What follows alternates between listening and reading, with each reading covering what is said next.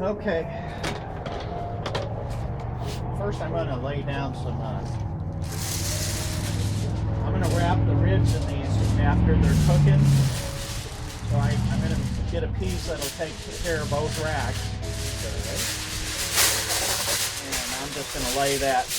Anything I need to do to help them? Lay that on here. This gets a little messy.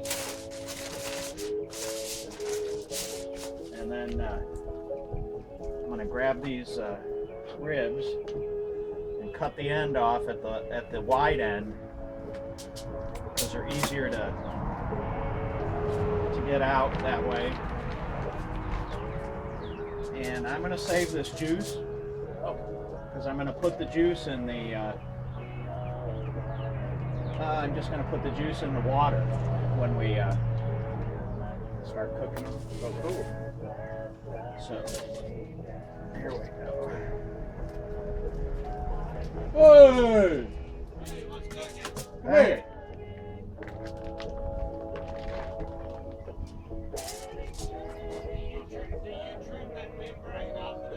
Yeah. Hey man, he's filming this. Yeah, he's filming it.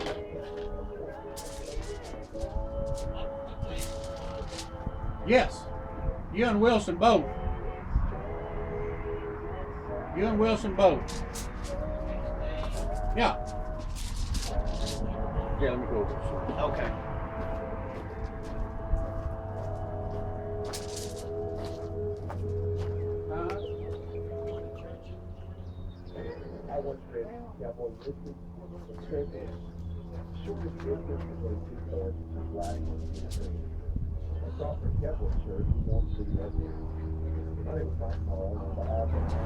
Okay, so now we got our ribs out. These are baby back ribs, packaged baby back ribs. And I already took the membrane off this one. And I'm going to take the membrane off of this one. I just kind of get under it somewhere with a butter knife. Sometimes you can just stick your finger in there. I'm going to try and get under it in the middle somewhere. And put my finger up under the membrane like that. Once I get under there, I can usually get it off in one piece without using paper towels or anything. So, all right, these are really nice ribs here. A lot of meat on them. So the next thing I'm going to do is I'm going to cut these racks in half because I have a small smoker. And I'm going to try and find the middle.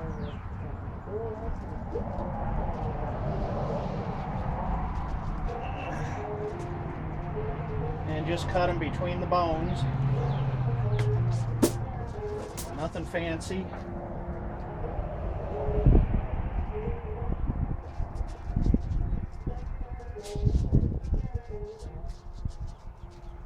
There you go. Okay, I got the bottom side up right now. And that mustard mixture that we put together, it's time to paint it on.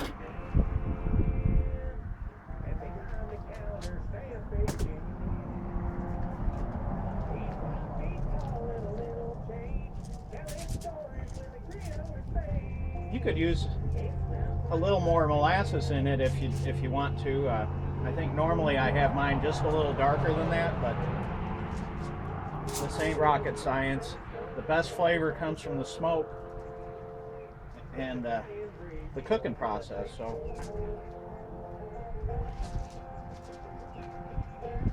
I think we do this for fun so we can tell everybody, oh, the secret ingredients that we use. What do you think?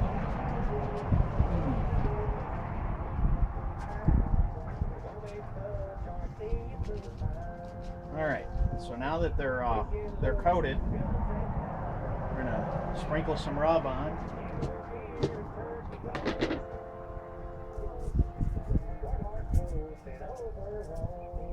And you can be generous.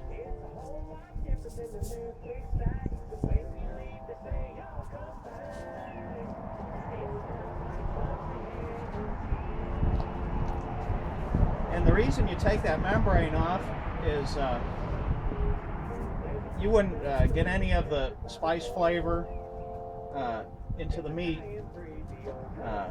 through that membrane.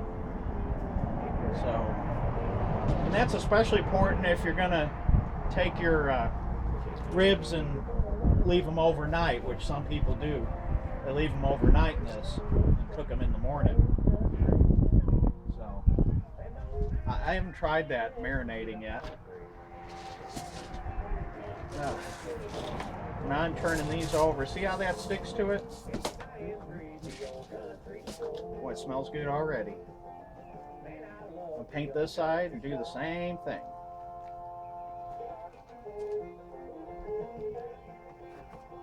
And as you can see, we're going to be using every bit of that up on here. Store right there, and they're telling you about it. We're telling you about it here on the ranch. Boys, hometown too. Don't you go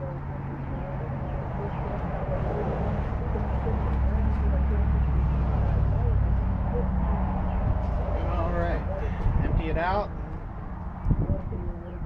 Get every part that you can see painted. And get you some rub.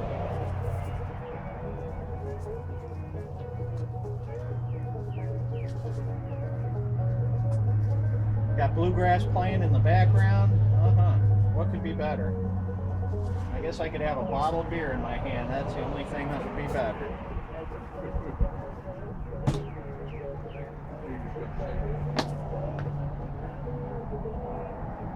And a lady in my other hand.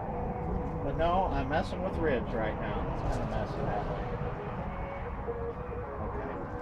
I'll probably edit that part out. Alright. So it's nice to have some water here. Rinse out in. Alright, I'm going to leave those like they are.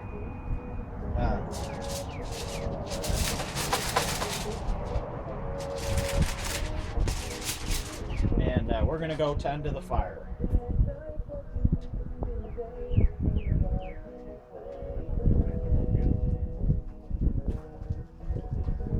Okay, now we're going to get our chimney ready. Turn it upside down. And ball up some newspaper. Fill her up at the bottom.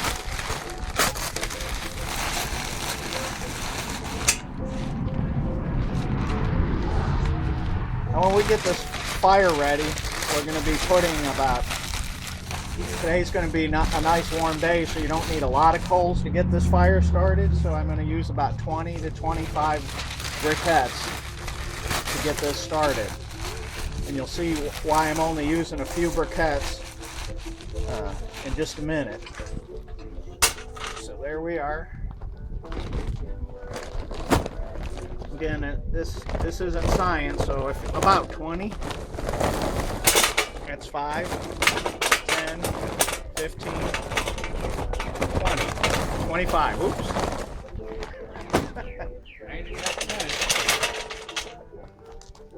And then I just take 3 of these stick matches, stick it up in here.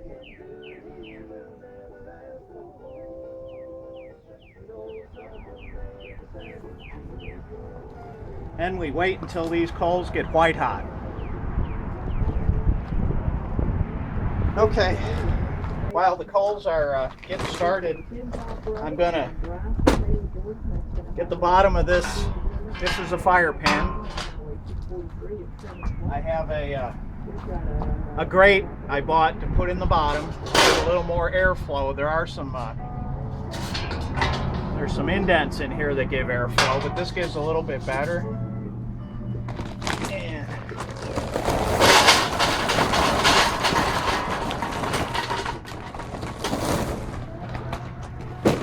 now, did you count those? It's going to be a test on this one. 75. So The method of burning I use here is, I forget the name of it, but there's a method. It's called a method. You just dig a hole in the middle of these.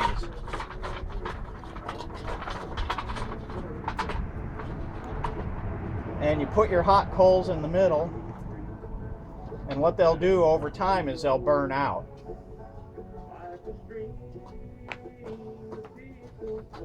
So when these coals are white hot that I lit just a minute ago, I'm going to pour them in the middle.